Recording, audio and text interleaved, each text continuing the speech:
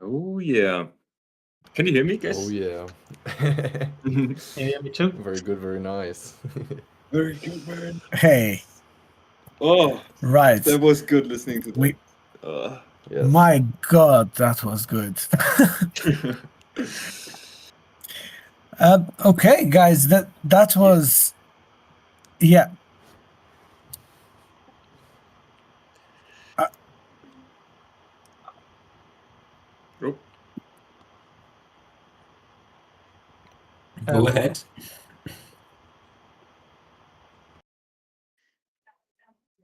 I had this I had the stream in the back open and I listened to myself talk. Now I have it closed.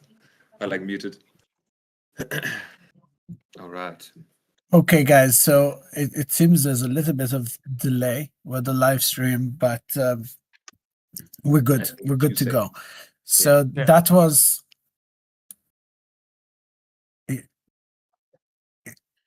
yeah. That was really, really exciting. That was really exciting to listen to. I can't imagine what you guys must be feeling to have been through that journey and see it come to fruition like that. My God, well done. Let's start with that. And I don't want to hog the mic here at all. So this is the live Q&A with the composers of that incredible symphony, the Anomaly Symphony, launching live this evening. Like, wow, this is truly emotional. So, guys, let's get right to it. A very quick introduction. To the top left, we have Silas. In the middle, we have Simon, and below we have Till. Unfortunately, one of the four composers, Clemens, couldn't make it this evening. Clemens is the composer of the last, the fourth piece that we just listened to a few moments ago. But the rest are here, and without further ado, I'd like to get to the questions. So I have one question here. I'm not sure whether this is showing up on our live stream, so I'll read it out. So it's such a journey.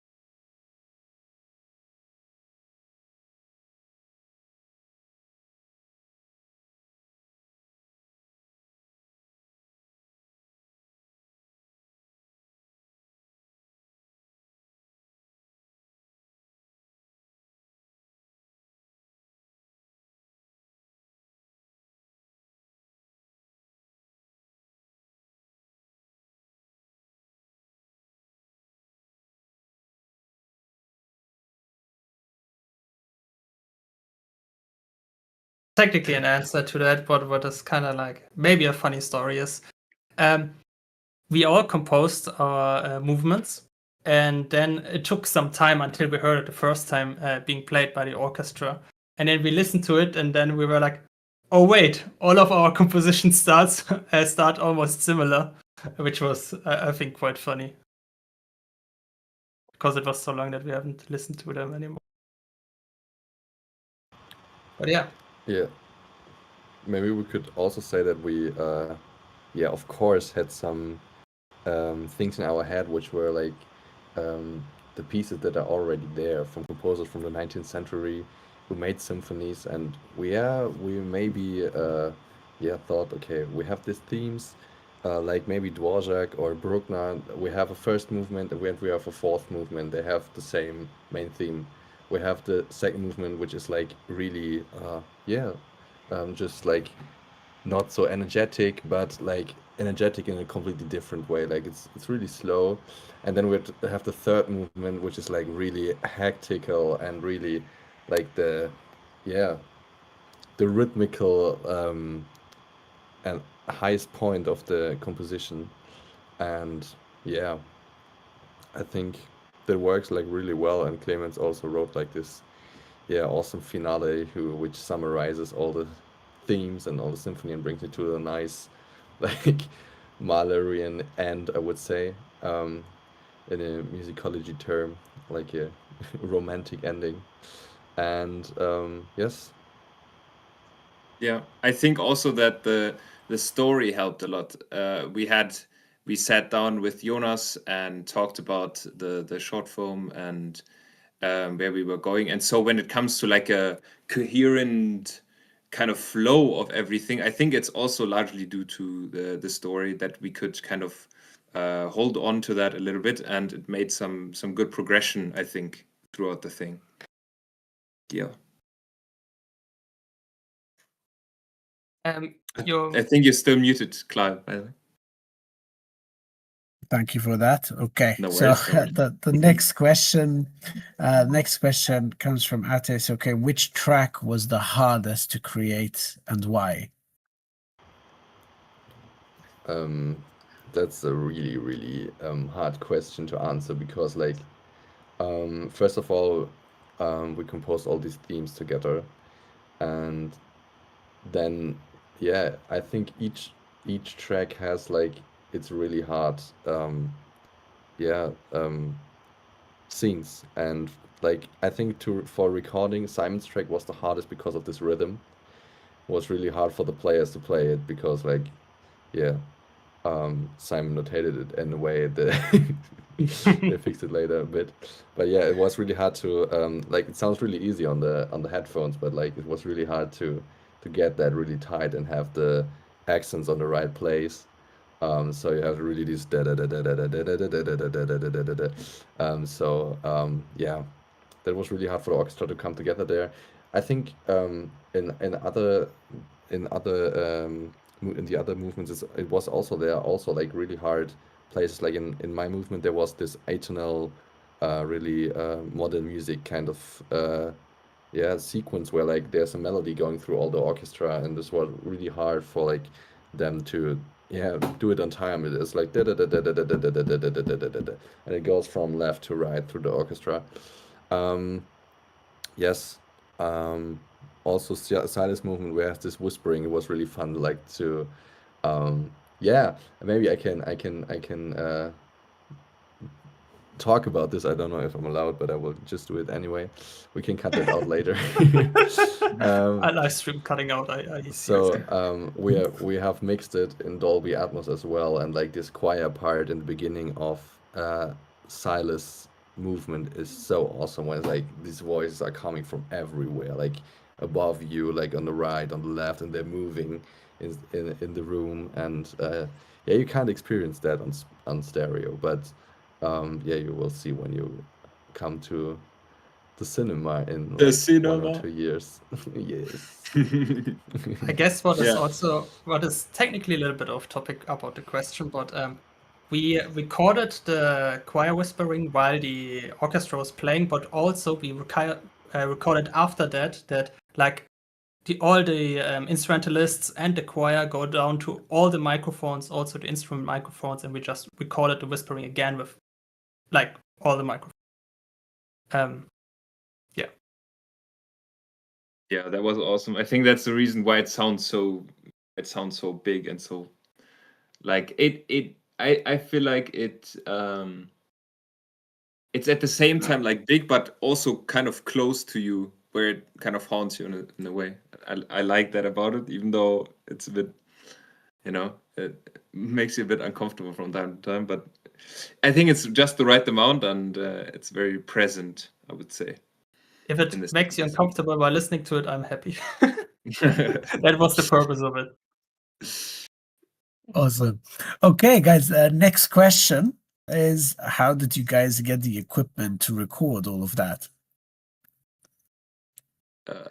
I'll be back in a second, but Till can answer that, I think. Yes, I can Yeah. answer that because I organized that. So we had so much help on that. Like a big thank you also, of course, to Stefan, the conductor of the symphony. He did such a great job, and he's just like supporting, I would say, young people to live their dreams. He's like organizing the orchestra. He's supporting the orchestra. He supported us in such a great way. And yeah, it's just such a great guy. And he supported us with some microphones. I brought some microphones. I brought some microphones from my university. Then we had this really nice rental in Hamburg which gave us like really, really like high class microphones, like literally more or less for free. It was like really, really small amount of money for that kind of microphones. Like Zeigerman Audio. I don't know if someone's living in Hamburg, but yeah, it's really like you should visit I- them or take you. I was wondering, microphones did they give us the mics that you used for the main mics? Because I saw like in the documentary, Clemens talked about them, and they were like good mics and stuff. So maybe they were from Hamburg. Or? Yes, yes, Okay. yes. The main mics were all like, also the outside mics on the right and left of the orchestra. They were also from the Zeigerman Audio Verleih, yes, in Hamburg. Yes. Cool. The next question we have is: how do you go about coordinating between yourselves so that the movements all fit together nicely to feel like one unified project? So what sort of rules do you follow or impose? What parameters do you look at? I think a big like gluing part here is that we like wrote all for the same orchestra. It was recorded in the same room and with the same orchestra without any sampled instruments, and we have this coherent sound that's connecting everything, and that everybody like used like extended techniques on the instruments. For example, like Silas used a technique where you have a normal like bow for strings, and you just turn it around, then you have this wooden part of the bow, and you use the wooden part to play the strings. Yes, for example, something like that. I also used it at one point in my movement. So yes, but I think you can say also something to that, Simon and Silas. I Yeah. think what also helped, like what Simon already mentioned, is that we sat together and composed different themes, and then we all used more or less all of the themes in the compositions, even if we change them, but they are there and you can hear them, and that also unifies it. Yeah, I think it's connected to the story as well. When we created these themes, say in my piece, person XYZ has a theme, like say the mage Lucia, and then she is somewhere and does something, and then I take this theme, for example, that someone of us composed, and I give it a different context. I put it in different instruments, and this kind of stuff. So in that sense, we kind of we recognize this thing, and then apart from this thematic material, as Till mentioned, I think a big part was just what we do with the instruments, what kind of techniques we use, and if there are some similarities between the different sections and movements, then you can hear that and connect it as well. I think those are like two of the big reasons for it. Okay. I had a question. How did you get 100 volunteers to stay put for 13 hours? I think, like, technically it was mostly the conductors taking care of that they stay put, and that everything is going well regarding that. Yeah, and I guess there were some special folks. What do you call it? Vorstand. What is Vorstand in English? I don't know. But essentially, like The there's Gewerkschaft. yeah, but like it's not a council. I don't know the English word right now, but there's a few people from the orchestra that they are also tasked with a few like organizational stuff. So they already did a lot of the heavy lifting inside of the orchestra, and then for us during the recording itself, you know, we try to keep it a little bit light when talking on the mic, you know, sitting in a booth upstairs, trying to record stuff. So I think we tried our best, though we're like, at least speaking from my experience, I had never done this before, so I'm sure I wasn't like you know, the most chill guy I could have been on that day. So I think everyone pulled their own weight as well. So yeah, I think it worked with everyone working together somehow. Cool. The next question I have is, did the soundtrack go through major changes during development? As it did. Actually, surprisingly not. What do you mean? I think no, it was like a really, it was a really linear process actually, I think. Or am I wrong? Like there weren't like much changes, right? Like just I think like the major changes were like in your your movement, Steven, because it was so hard. But I think in the other movements it was just like yeah, I had some doublings of the oboe which doesn't function as I wanted, so I yeah, changed something there. But just like little stuff. And we added an English horn like at the end because we had a really good English horn player available. Yeah, maybe Saddles. I don't know what was done at your movement, in your movement. So there were a few things changed, mostly based on the feedback that I got from Lucas. So Stefan and Lucas, they both conducted our pieces. Movement 1 and 3 was conducted by Stefan, and movement 2 and 4 by Lucas. And Lucas gave me a good amount of feedback, and also the instrumentalists. And basically, the woodwinds have more than double the amount to play now than they had at the beginning, because he gave me a feedback. Hey, could use. I think the woodwinds could do more, and I agreed with that. And then the female choir has also more to do, and then just slight adjustments, like playing here an octave lower. But adding the woodwinds was like the main part that changed. What about yours, Simon?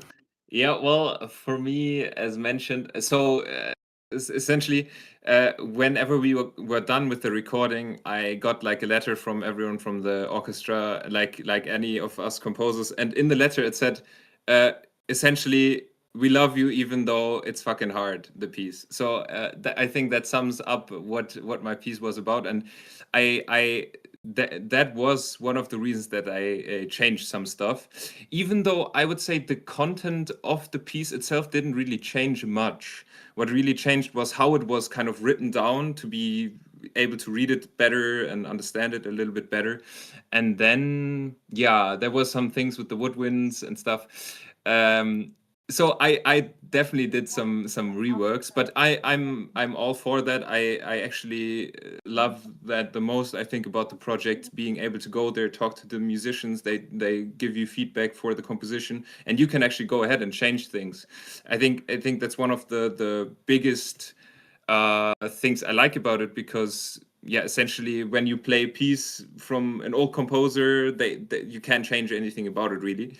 You don't need to most of the time because it's pretty good work. But at the same time, I think having this availability of the composers actually there and then reworking stuff, I think it's a very cool process, and I really enjoyed it a lot with the musicians. Awesome. Okay, the next question now regards the conductor on the day. So this guy had to direct an orchestra playing 4 different movements, 4 different composers. You all have different styles. I mean, how did that happen? Can you explain to those of us who are not composers or conductors how seamless, at least, it seemed? I think it makes sense to So that it's just clear. It was not just one conductor. It were two conductors. They like, as I said, the first and the third movement were conducted by Stefan, which is basically the main conductor, or how you want to call it. But he also lets, I think he plays viola in, viola. Lucas, he also lets him conduct. And it was also a good opportunity that he can like conduct in front of the stage. And like that's quite a good experience. So he conducted the second and the fourth piece. So maybe that makes They it even shared it. more complex than it sounds coherent, who knows? But I would say that conductors like generally conduct a lot of different musical pieces. So I would say they're a bit used to conducting compositions that are in different styles. So I think that's not that big of a problem regarding that. On concert day, they even performed like Lion King and I don't know, I forgot the other piece, by the way, but they performed other pieces after the Anomaly Symphony as well, or like in between, I don't know. I think And Aladdin. so Aladdin, yes. So they were switching around pretty well. Yeah. Oh wow. Okay. Yeah. The next question here. This was your first composition for a full orchestra. What was this the first composition for a full orchestra that was played? And when you wrote the music, was it at any point surreal or intimidating, sitting at a blank page and knowing there'll be hundreds of musicians rehearsing and playing? Do you know, for me, maybe I'll start. For me, I really didn't think about it, honestly, until like I couldn't really fathom what it would be like until we were there at the recording or like at the rehearsals before that. And then, I was just thinking about, whatever the piece needed or something. So I think for me, I was kind of immersing myself in the process as well. So it kind of was okay. I think it's coming to me now a little bit because it was my first ever orchestra recording, and I'm very grateful for the experience. It was like a lot to learn for me. Very, very happy that it happened.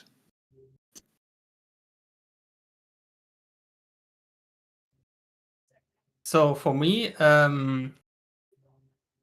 like it was the first composition that I wrote that was played by an orchestra, which is, I always said it is one of my dreams that one day an orchestra plays a composition by me.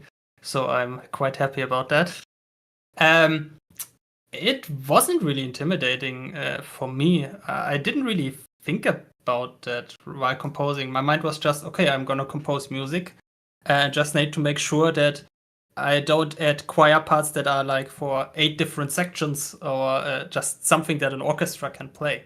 But what I was a little bit scared of was that is what I'm writing engaging to play, and is it really everything playable and, as I said, engaging? Because if I compose it in my DAW, digital audio workstation, sure, it sounds amazing or it sounds good, but how does it sound if a real orchestra plays it and maybe they say, hey, that is technically not possible? So that was an experience. Last one on that. Bill, do you like to share? Of course. Yeah, for me it was also like really crazy, like standing in front of so much people playing your music, who agreed on playing your music. Like, yeah, but I think like this is the first thing that we did that was so big, and like on February we have the next recording like this big. So yeah, once a year it's nice to have a soloist project, which is like, yeah, we have Probably like not that 40, big, 50, but 60, 70, 80, 90, 100 people on the stage. I don't know. It's crazy. It's so much fun, like to organize all that stuff, to work together with all the people. Because like when you're a composer, you're like sitting here like on your computer. You're like a nerd. Yeah, okay, I'm like programming all this shit and like composing all that stuff.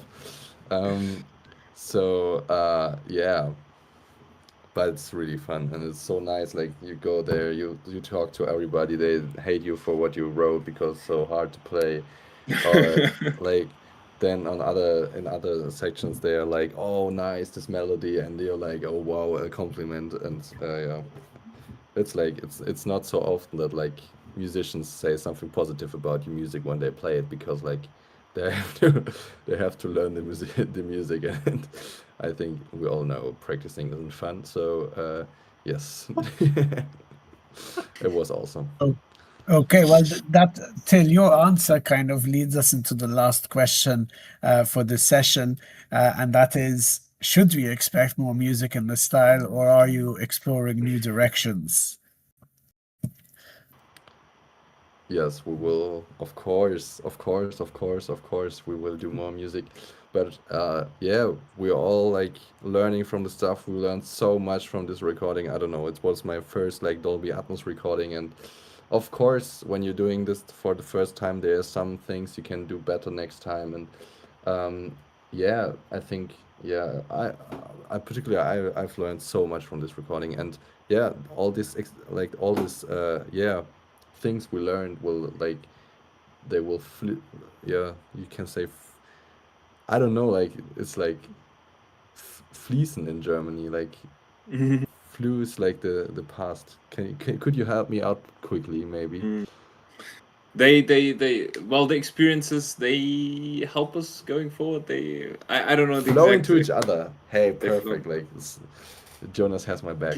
Perfect. Yeah, they flow into the next projects, and yeah, and so it's the next project actually won't be an orchestral project, but there will be yeah no orchestral instruments, but 50 or 60 musicians that we are recording. So stay tuned. But no Spoiler. orchestral instruments. Oh, wow, that's Yeah, that's some funny thing. Yeah, that's juicy things to share. a quiz for everybody. Like, what are we recording? It's not orchestral instruments, but it's 50 or 60 musicians. Yeah, but regarding style, I think we can build on this now, and there's always it's always going to be a little bit different when we explore different aspects of Soul Atlas, and so the music's always going to change a little bit. But that's one of the things we're working on, is finding a coherent vision between all the projects, so that they sound in the same world. And I think yeah, I think that's one of our main focuses going forward, also with new recordings as well as good music. That's also one of our focus points. Uh, Silas, anything to add?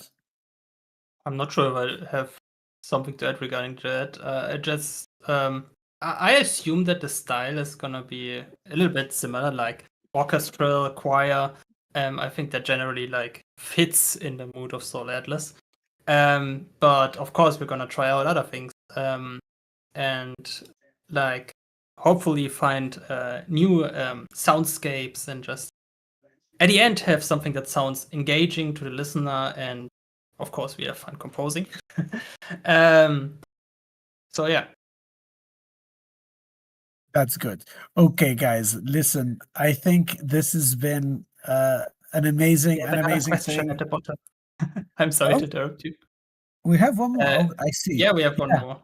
I see it. I see it there. Like, have you considered that you may be one of the youngest musical groups to have a fully orchestrated album recorded and released?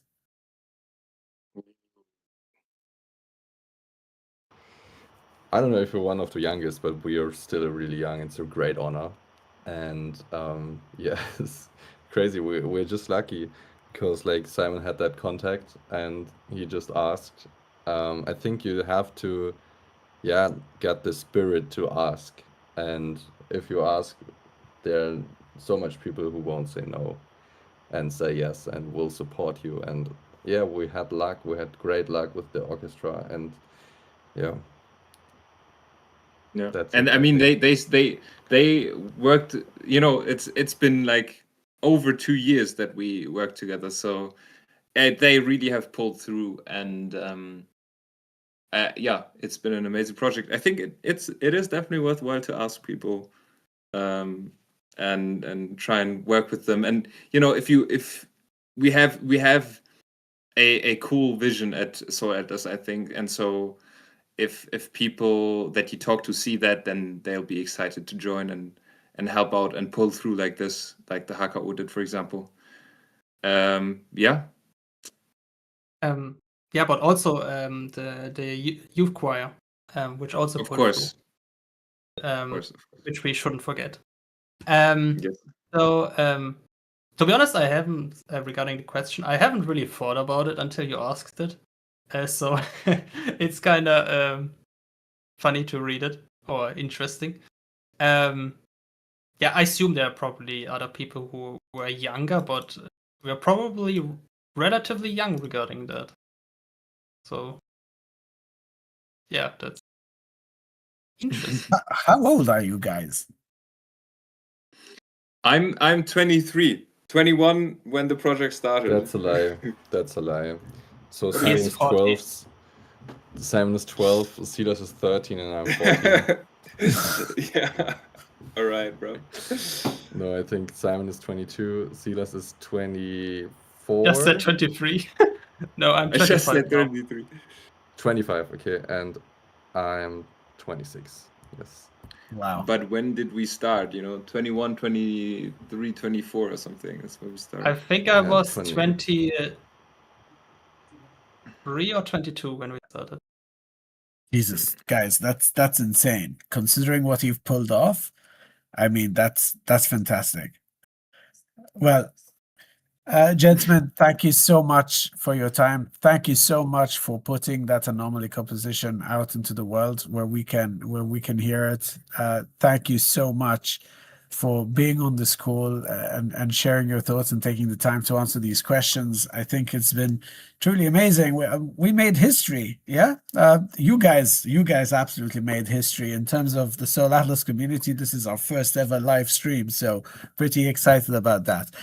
For those of you on the call, for those of you following online, I really hope you enjoyed this, and we really hope to see more of you. Don't forget to join the Soul Atlas Discord community. And once I hang up, I hope you'll do exactly what I'm going to do, and that's replay the whole Anomaly Symphony one more time before bed. Take care and have a great evening. Bye. Thank you, guys. Have a great evening. Bye-bye. Thank you. Thank you. Have a great evening. And